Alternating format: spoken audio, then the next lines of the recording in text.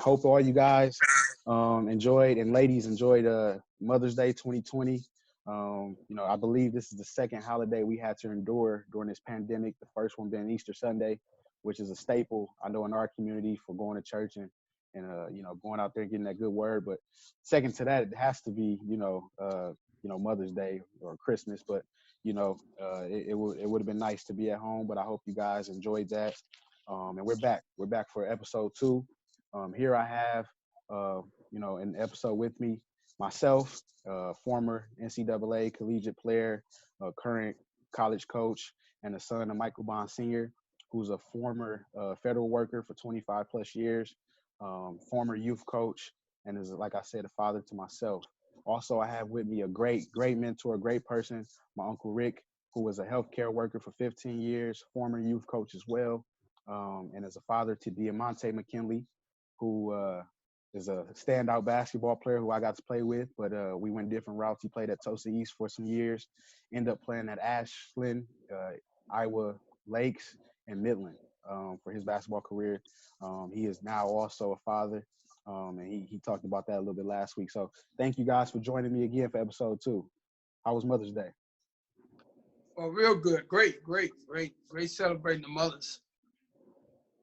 Yeah, it was great, man. Celebrating the moms. Once again, it was beautiful.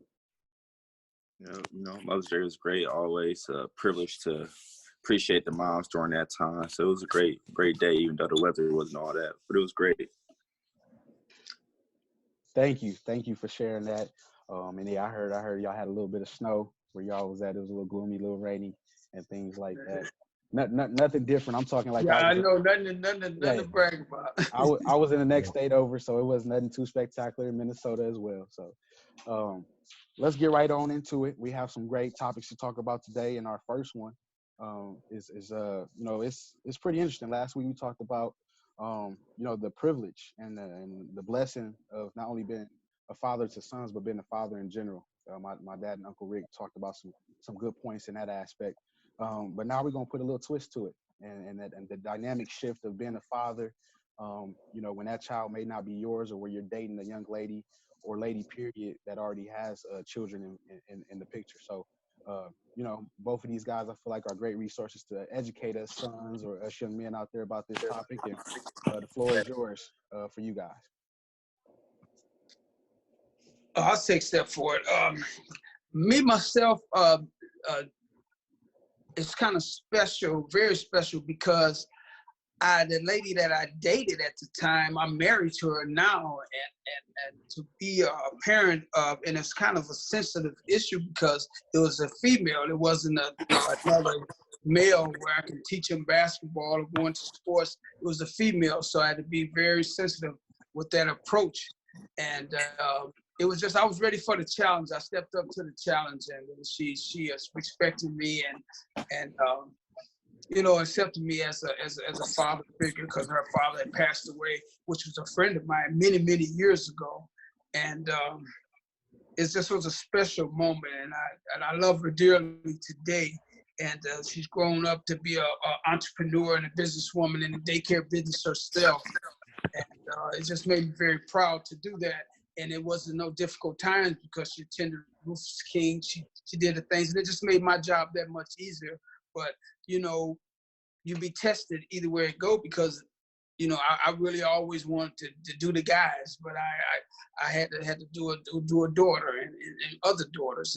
And just by her being there when I met her mom, and I just knew, hey, you accept the total package. You don't just say, well, that's not my daughter, that's her stepdaughter or stepson. You take in the total package, and it's God-given. God blessed it. And here we are many years later. She's in her mid-30s. And when I met her, she was 3 years old. So that was just a true blessing to see her raise and have part in her life.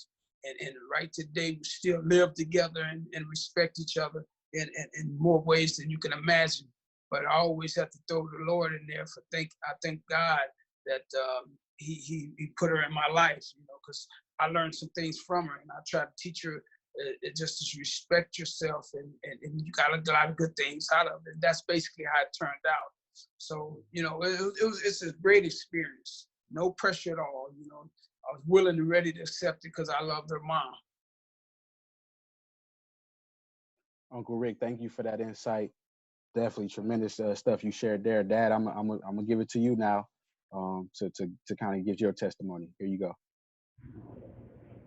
Yes, basically it was like Rick said. I loved your mom, so Randy probably was a year old, if that, and basically it was to me it was easy because I wanted to be with your mom, and a lot of people really didn't know it wasn't my son until we told them, if it wasn't family, quite naturally, and but to me it was grooming me for your sister. It was for you, and I was able to play sports with him, get him in the sport, and so uh, I think he's 8 years older than your sister, so he should be about 12 years older than Mike Jr. So it prepared me. It prepared me. I was young though.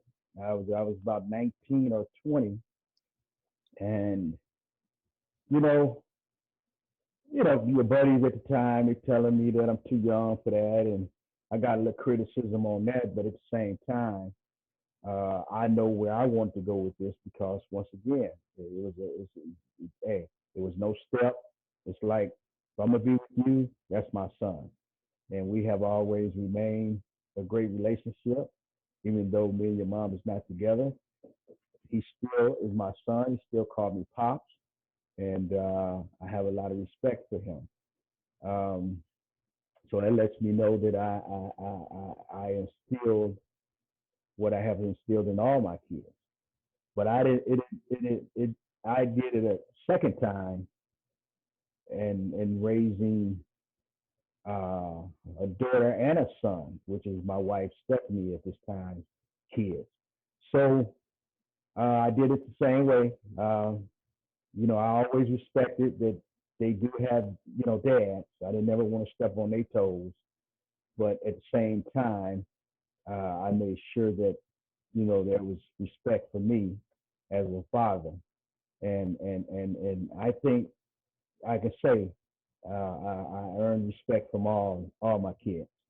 So I would say that it was a great experience, and I recommend uh, anybody to just if it's your child or if it's someone else's child, if you love the person, I think it'll work. Definitely good points right there. Um, and I guess me and Money could chime in here in this aspect. Um, it was an intriguing aspect of having more siblings in the house sometimes. You know what I mean, and things like that. I know uh, I had some nice times with my step siblings, and we've grown and dropped the step. We just brothers and sisters, and that's how it goes. If it's done right, you all just support each other in your journey, and we came together yesterday to make sure our moms had a special event, a special day. So before I get to rambling on, I wonder if Money, if you can attest to the same thing. Oh yeah, definitely having. I mean, with me having 5 sisters and one brother, definitely different for me. But I loved it though, just because I was the baby. I always getting spoiled, getting everything, so it always worked out. And just even though we all like had different moms, different dads, whatever. Well, not different dads, but different moms. But we all still for each other, and it's all for like a big family. So, and we still there. So, yeah.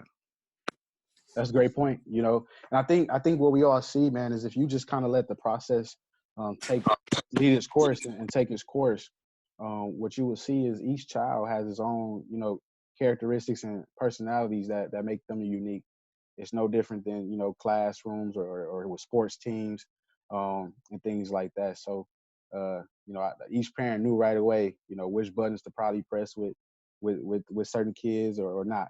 How to get their best motivation across for them, to get things done. And I know in this situation for my dad and Uncle Rick, it probably took a little bit longer for them to figure out how to motivate the children that they became to kind of have a relationship with as fathers in the household, and they probably could share that a little bit too before we move on to the next topic about just getting them to have deep conversations with them, and when they know the child would open up to them and share some stuff with them, when they begin to trust them. So talk about that a little bit, when you knew that the child would begin to trust you or open up to you, and how you didn't have to probably force it. So Uncle Rick, I see you jumping on in there. Go ahead and take that. I gotta. Well, she being a female, and I wasn't. I mean, and we always men want the boys, the ladies want the girls, and I had a challenge on my hands with that. And she was only 3, so my first thing was, wow, let her feel me. I mean, be kind, be nice, and at the same time show some tough love, not too much tough love, but just getting to talk so they won't fear you, but they respect you and love you along the way. And it was always support, because kids had without any guidance, they don't know which way to go. You had a parent that died, and here comes this guy, and mom, don't leave me, only thing I got. And I kind of stayed in my place and I let it flow.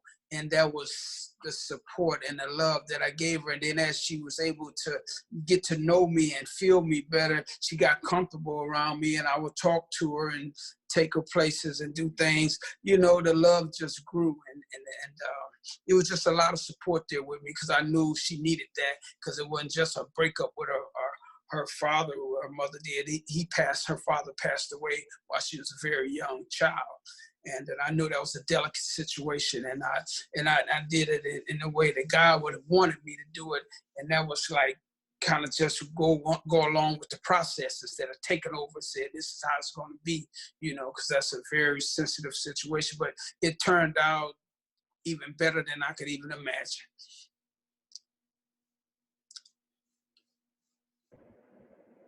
Pops, for you have anything to kind of allude to in that aspect? Yeah, with Randy, like I said, it probably was a year, and so you got to understand, it was me, your mom, and Randy for 8 years. Once again, I'm reiterating that we were together 8 years. So therefore, he it was like my son. Even though it was another seed, so he was coming up under my leadership. And God was giving me the direction and the strength and the faith to believe that this would work. So as he got older, he realized that I wasn't his dad. So we just kind of presented to him that you have 2 dads.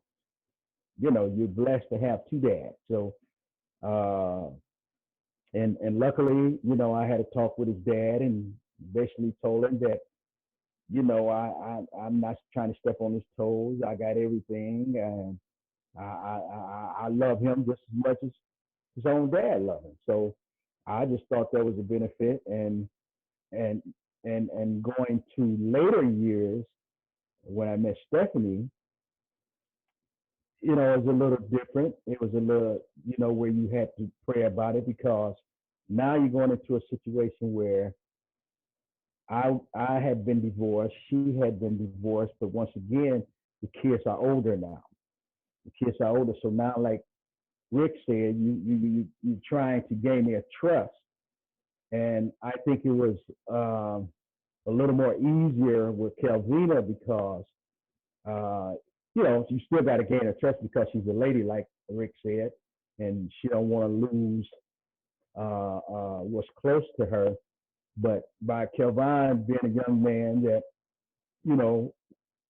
older and one of his parents probably just, still be there, challenging times. So he, I had to gain his trust, and he had to see that me and his mom was going to work through this, and we all as a family was going to be okay, and we was going to pray about it and continue to give us strength.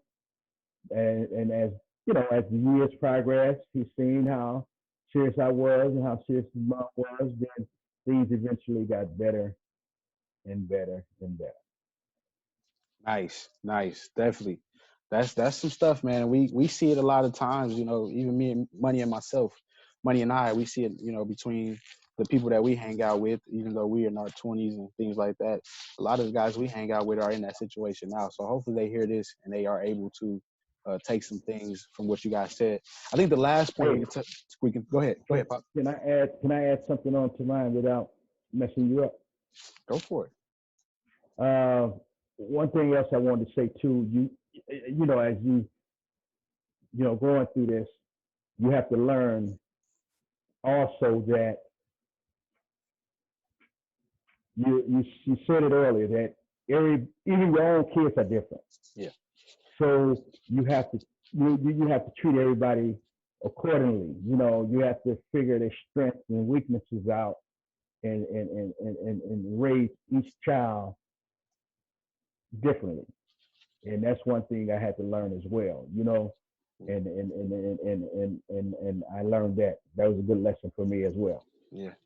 I was definitely going to say that too. Going into my next point, of it probably taught you guys a lot about yourself too. You know, about your patience probably got tested a little bit, but it showed you your strength and just how much of a role model you can be. To different people in different situations. So I'm glad you guys talked about that. Was it ever tough to kind of time management, time manage how each kid got you, or how they hung out with you or things like that? I don't know. It just fell in place. I made time, and I was doing a lot too at that particular time. Like I said, I was coaching, I was scouting, I was doing a lot of stuff, but I made time, So it really, really worked out. My kids all never say, "Well, I didn't see you for years. I didn't see you." Yeah, hey, I made time. One thing I did, I made time for my children, every last one of them. Nice. Pops, any on Yeah, that for you? yeah. I was, working and coaching as well, and I always same thing. Uh, I just the way that I hate to keep saying this, but not growing up without a dad, I just wanted to make sure my kids had never was able to say that they never seen their dad. I made time. And any activities I was there. Any activities that you believe, that you had interest in and you felt that you wanted to do, I made time. I made time for that, and I enjoyed it as well. I met a lot of great people. Nice. So I'm glad we touched on that. That was good. Um, we gotta try to kind of transition into what's gonna become a fan favorite, I think, into the segment of I'll tell you what.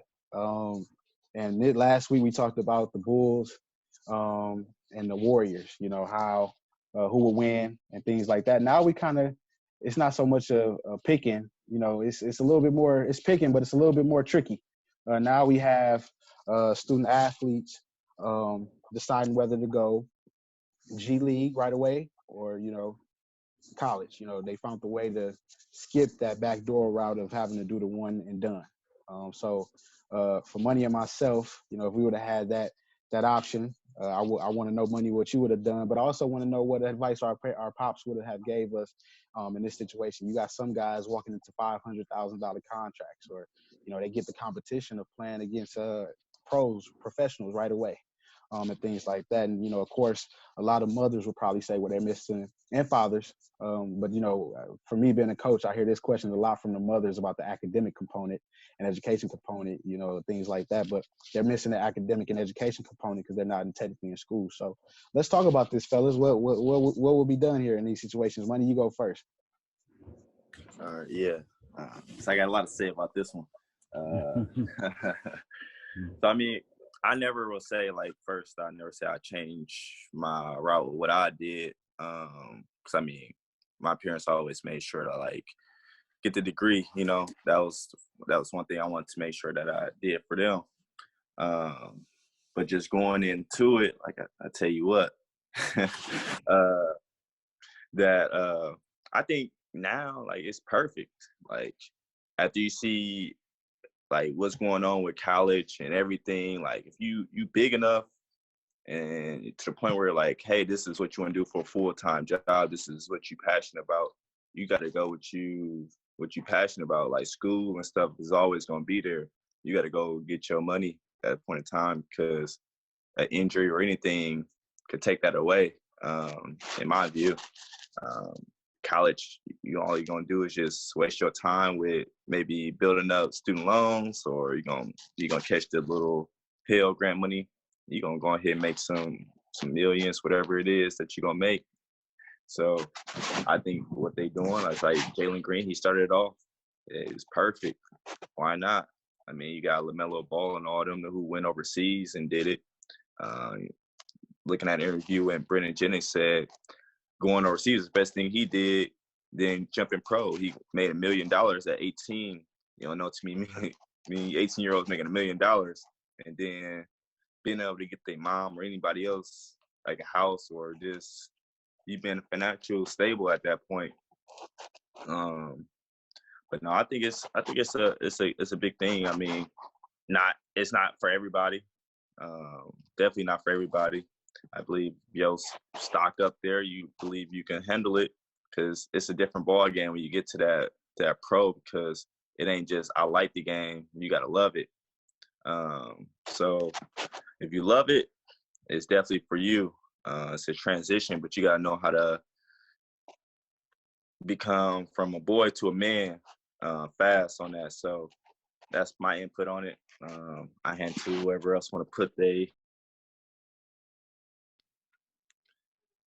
Perfect. That was well said. I see you going, Dad. So I'm gonna let you go. I see you jumping in on it. So go ahead, Pop. Yeah, I agree with Money. If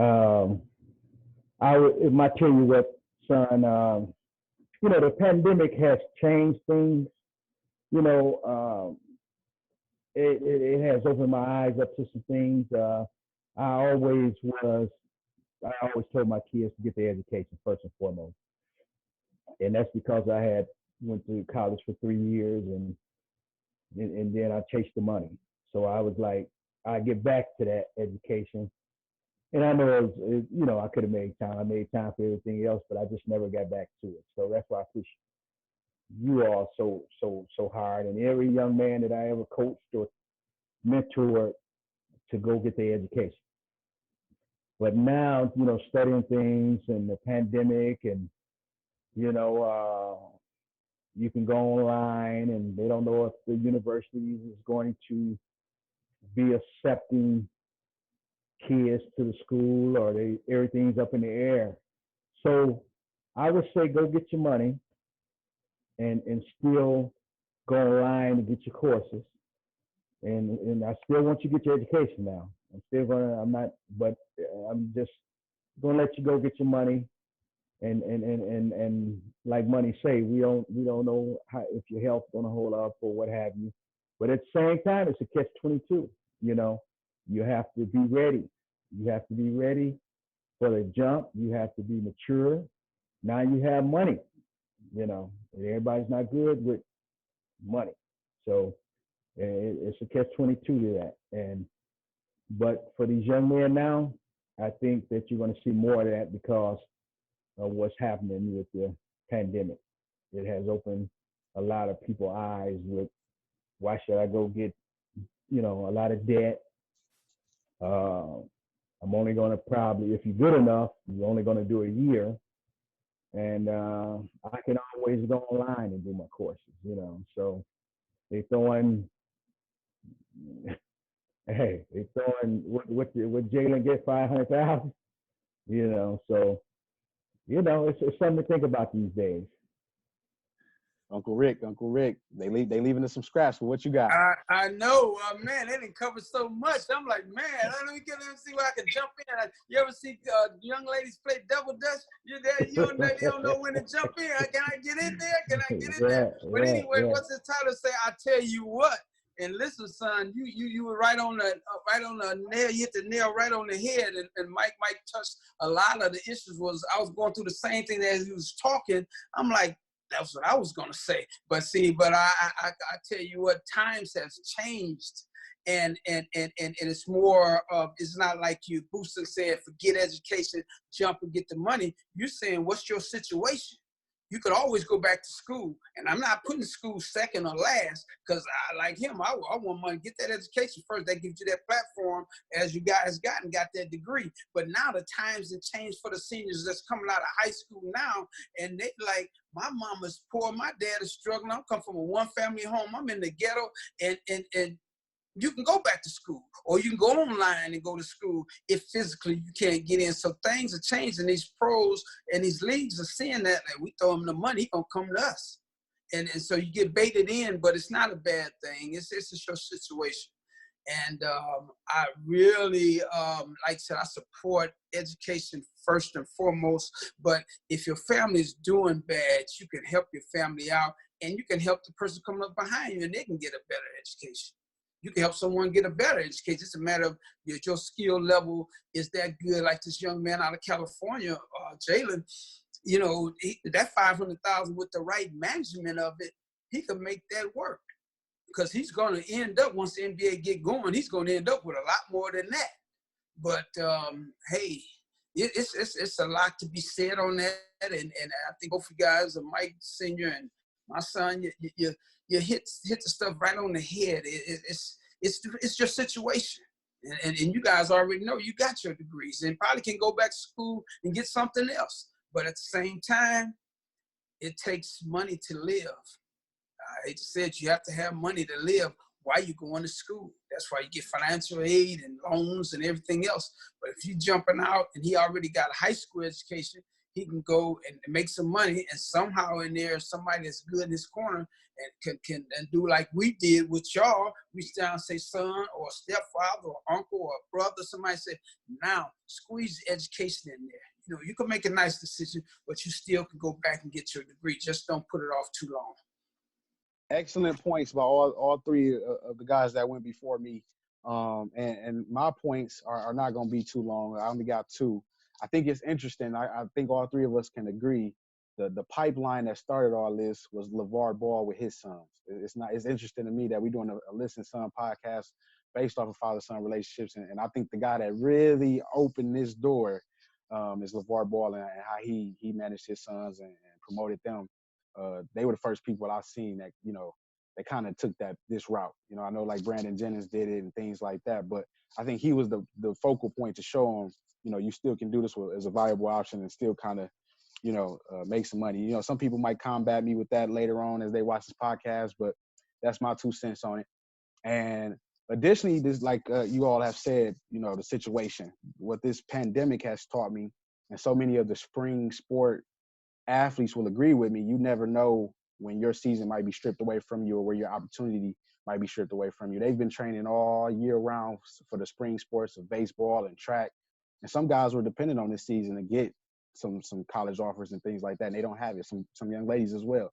So what I would say, just like as everybody else said, if the opportunity comes, you have to take it now, because you know you just never know. And I think of Urbana, Ohio, and I think of Florida Tech right now today in Florida, and Melbourne, Florida, 2 football programs that have closed down their programs, and now those kids have to find somewhere else to go. So you know it's never safe, you know, and it's never promised. So if you have that opportunity to go and take care of your family with the right people to navigate your finances and navigate you to take care of your business, I say go for it as well. So I think we clean sweep that one. And I know Money has something to add to what he said earlier. Oh yeah, but I know I do agree with you. LeVar Ball did open the eye for a lot of people. But yeah, well, most things people don't think know or have read yet. A lot of these kids who going straight out of high school to the pros, they still getting money to go to school if this doesn't pan out. So it's like a win-win for them. They able to still get a degree at any 4-year university they decide to go to. So I think that helps them in making that decision. So. And as always, we have to see what the great business of the NCAA does to combat this move. Everything is a chess game. So we'll see what the NCAA does to make sure that too many of their high-profile prospects don't make their move. So we'll be talking about that in one of our further segments, I'm pretty sure, down the line here. All right.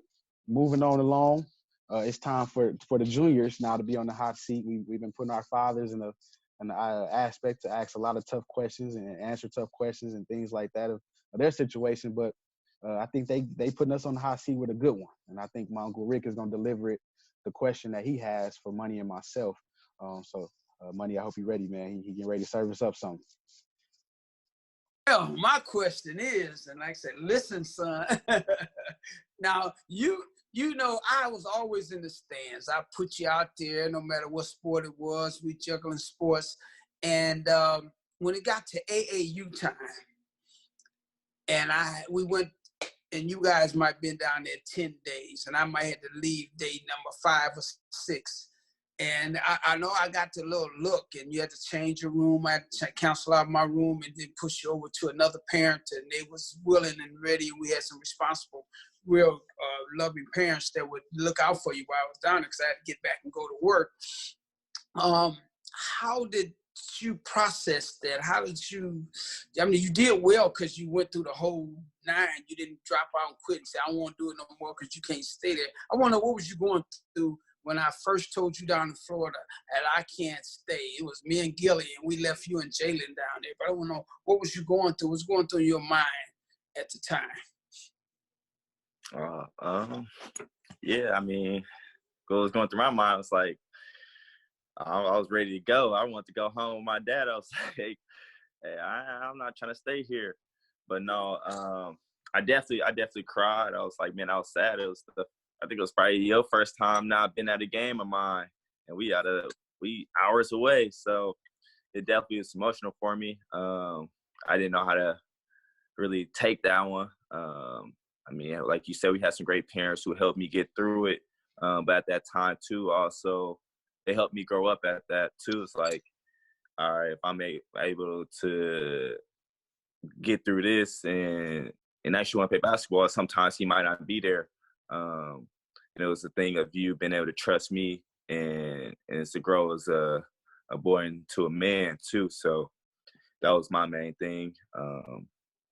And it helped me. I mean, because most of the time I always did look into the stands. Now I look and see if you was there or not. And I mean, those games I looked, I was like, I mean, I got to suck it up. I got to play. So that was the main thing. I just had to grow up during that time. It was just like all right, he's gone. Now you gotta be the big boy that he made you or installed into you. So it just had to make that change at that time. I'd like to jump in there real quick. You know, Kelly, remember Kelly? Kelly told me the story of y'all playing against a real tough team, I think out of Memphis or something like that. And you was having the best game of your AAU career. You came back home with a missing tooth and almost a black eye. And I said, what happened to you? Kelly told the story how tough he was playing, getting knocked down, get back up, and playing hard. And that's one game I wish I would have seen. I could have been there. But she told me some things about how it went. But, you know, I was proud of you. I was like, boy, you got some war wounds there. That's all I had to jump in. So I'm going to jump back out. Yeah. I can answer that question as well. You know, I wasn't at that particular tournament and things like that. And, you know, that situation didn't pertain to me exactly. But I know that when my father was not at games and things like that, it affected me a little bit too. You know, I think the more I think about it at the high school, you know, high school and things like that, and even, you know, middle school, college, you know, it just kind of made me want to play harder in the aspect that like Money said, you know, he gave me everything that I needed. All the tools are there. You know, now it's just time for me to perform, and he's still a fine doubter, you know, see something that'll make him proud and things like that. To be happy, you know, be happy the way he raised me and the training and things like that. But Uncle Rick, it also worked another way too. For my situation, you know, when, you know, my dad would be there 90% to 100% of the time, just like you would for Money. But when my mom would come, I would play with a lot of anxiety, with a lot of out of body experience. And I just couldn't control myself because I always wanted to perform for her because she didn't get to see a lot of the games, you know, and things like that. So Money, was it ever a situation where somebody been at the games that usually wasn't there, like our fathers, that caused you to play out of body, kind of like our experience with my mom? Oh yeah, definitely when my mom's come to the games, man. I used to always feel like I gotta put on my best performance because I don't know next time she might come to a game. Um, I definitely feel like I always played bad when she came though. It was just always like, man, I ain't had my best game today. My mom's came. I was like, next game I gotta be right. But no, that was definitely.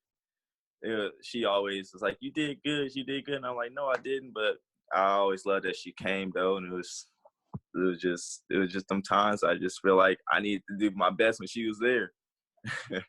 So I definitely apologize to you, Pops, because I know it was one game in particular that if I wish I could take back, you know, it was I think it was Racine Heat, Silver Spring Center in the little gym.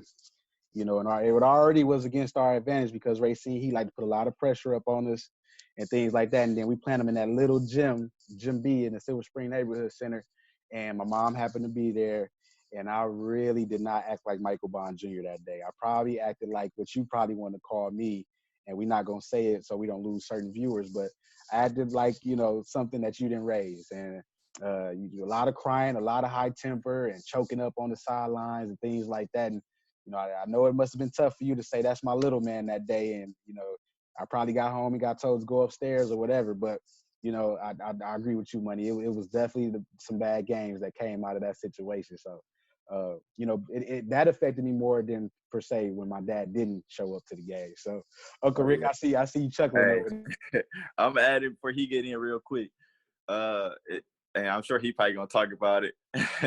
No, but I let him talk about it. He want to talk about it. I'm letting him go ahead and get into it. Because he got a story. I know he want to tell. He on mute right now, so let's see. Back to that one day. Go ahead, Uncle Ricky. We got you. You got the floor. Oh man, I got the floor. Wow, I feel good about that. I ain't gonna go into the Racine the Racine Heat moment with Money, man. I hope y'all want me to feel like my man on a Sports Center. Yeah, no, anyway, we can talk about it. We can talk. We grown enough to talk about it because me and Dwayne just talked about this. hey, Money, the Racine Heat got you too, huh? Yeah, they got it bad. They got it bad. I got tapes of it, man. I got a square time to show y'all that one time. They put the press on him, Mike. Oh man, I can't remember that little guard. He was bow-legged, number 22. I got you, Uncle Rick. I'll never forget the guards. One of them was the buff guard out of Michigan, DJ. They called him DJ. They had Nigel Farr, number 1. His mama was always there screaming. Yeah. They had Mitchell Farr, 21. His mom and I think it was his stepdad or his dad. I hope they don't come. You got it to the They was there. Oh, you don't forget these moments. I'll tell you, Money probably don't either. They had Big Said, number 45, always in the middle. And then they had I think his number 10. He played with them a little later. His name was Jalen. But they always had a couple horses off the bench to go along with that main core of the people we identified. So, man, I'm glad you put them names out there because now I remember that one light-skinned lady. That was her son by the last name Farr. She was really one of the moms. She was a dedicated sports mom. The first one, I really said, now that's a sports mom. Yeah, they were something to deal with until I seen them ran up on the Spartans, and that was not the Rebels with Charlie Lee. Charlie Lee took Farr and all of them and put them in their place. That's where I was like, man, y'all did that to Racine Heat? Yeah, I seen that. That was that tournament, man. We was up there up north somewhere. Well, they put it on Racine Heat. But anyway, those are fun moments. I'm gonna rattle on about that. I think that what we covered today is so important because once we start graduating into that real hardcore sports stuff, we're going to leave our personal stuff out of it. So I know that's where it's going to go. But, to like you said, to take these steps along, let people know. And I'm pretty sure it's a lot of dads and parents out there got some stories to tell. And I got a segment I'm going to mention to you later on down that I think you should mention too. I mean, there was some dynamite ladies that hung in there just like the dads. There wasn't no dad. They was there. And you had a buddy on it that had a mom like that. By last name Johnson, you know what I'm talking about. And Cynthia was a trooper as a mom. But anyway, we'll talk about that down the line. But anyway, I'm gonna step down. I think I've been running my mouth long enough. And hey, this is, man, I love where we're going with this, man. I'm sure everybody's gonna feel it. Because they're gonna say, oh, we had that, and then it's gonna catch like fire. Watch. They're gonna want to tell their story. So go ahead, gentlemen. The dad, I moved on quick. Now, do you got anything to say about that day?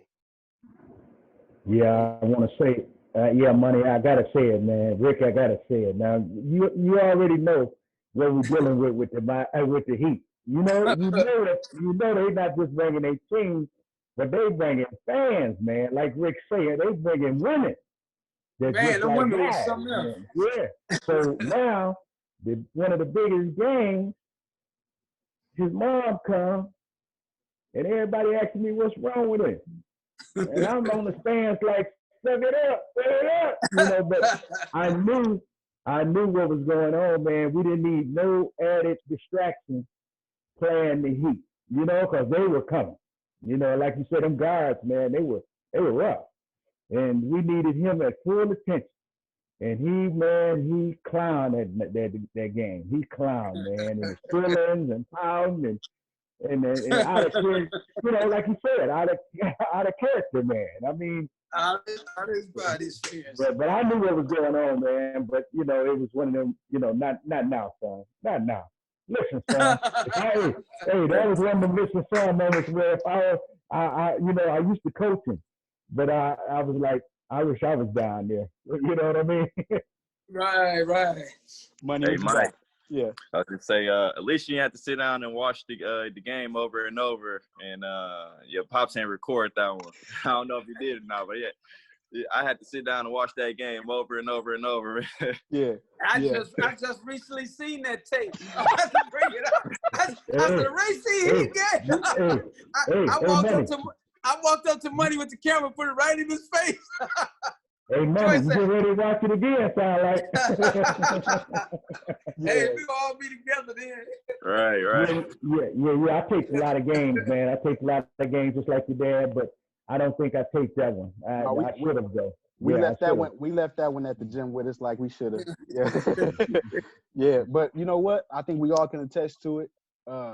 What the Racine Heat did in the Rebels. Uncle Rick, I'm glad you brought up the Rebels. What they did was they made us tough. They definitely did. They made us tough in that aspect. So congratulations to them two programs. All right. Now that we off that topic, but interesting fact, my last high school game was against the Racine Cason. All those guys from that Heat team played on that team. So you can say I never got my revenge against Racine Heat in that organization. But today, man, we had a lot of laughter. We got to a lot of good content during this podcast episode. We're going to finish it up with my dad, Mike Bond Sr., giving you a listen son moment for all you fellas out there. But thank you for joining in. Pops, the floor is yours. Yeah, listen, son. This is my listen son moment to all the sons and fellas out there. Sometimes it might seem tough, young, old, older, just not working. And I would pray that you tell you to pray first and give it all you got to make it work. But if it just don't work, always don't forget about the kids, man. Don't forget about the kids. That's your responsibility. You have a right to go down there. If it's not working, the easy way, they do have rights for the fathers to go downtown and it might take, just take your time. It might be financially stressed at the time, but eventually do what you have to do because the kids are the ones that get hurt behind all of this. And we need to, especially the young men, they need more of that. They need more grooming, loving, and instilling how to be a man. And young ladies too. Kobe, y'all know, everybody know Kobe. He was with his daughter, daddy's daughter. He looked out. So they need us too. So I'm just wrapping it up. I'll just think about these young men out here. I mentor a lot of young men. I just want you guys to fight for your responsibility. Kids need both parents. I love you, daddy. I love you, pops. I love you, daddy. I love you, pops. I love you, daddy. I love you, pops. I love you. Never put nothing above you. Daddy, big mama.